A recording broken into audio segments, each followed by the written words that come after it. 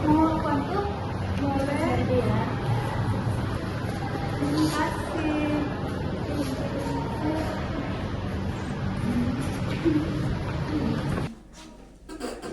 Nah, anak-anak semua, Ibu punya sebuah cerita nih tentang tolong menolong. Pas banget sama kejadian tadi pagi. Ibu bakalan bacain ceritanya, tapi kita duduk melingkar ya di bawah. Iya, Ibu. Nah, itu mulai ceritanya ya, anak-anak semua. Dongengnya judul dongengnya Tikus Hutan dan Bintang Jatuh.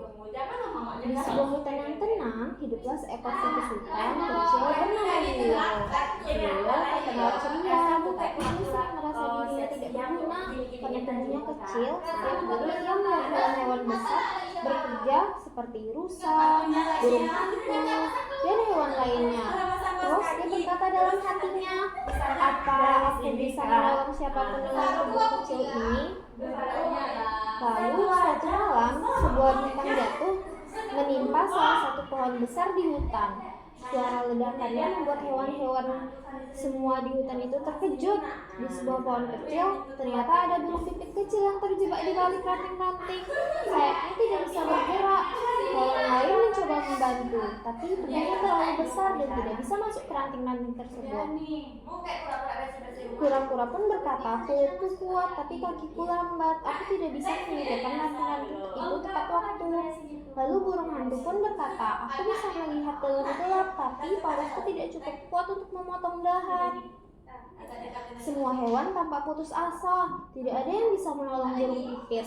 Namun, Lulu yang sejak tadi menonton akhirnya mendekat.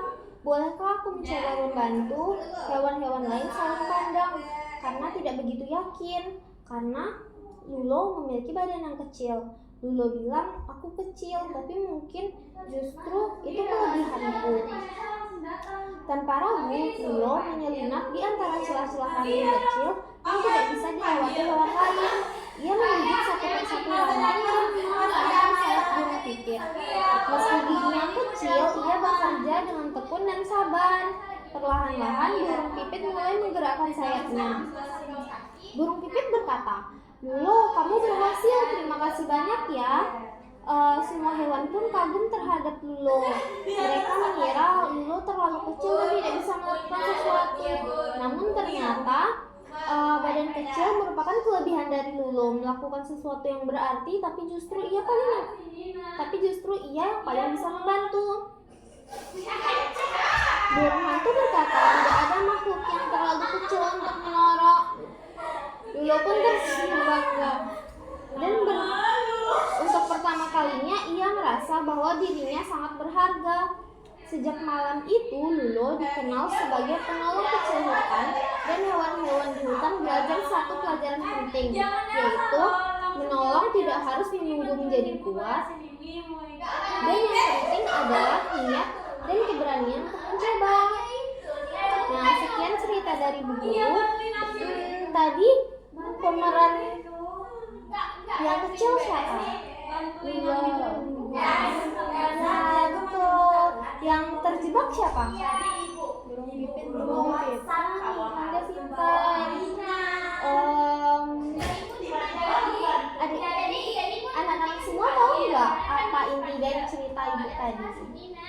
Aku tahu Bu. Apa itu Fatih? Jangan berani.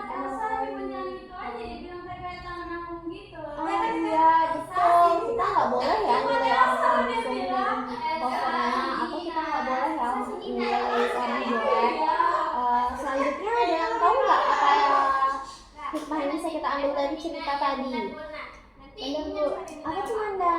Walaupun kita kecil, kita tetap bisa menolong burung pipit Bu.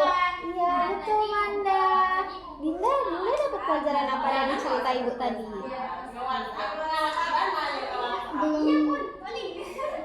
Belum sedikit menyimpi jadi Nggak apa-apa Manda. Intinya adalah kita harus saling tolong menolong ya, dimanapun keadaan kita. Kalau misalnya kita bisa menolong teman kita yang lain, kita harus tetap menolongnya. Contohnya seperti Manda tadi ya, dan Dinda yang menolong Fatiza. Oke Bu.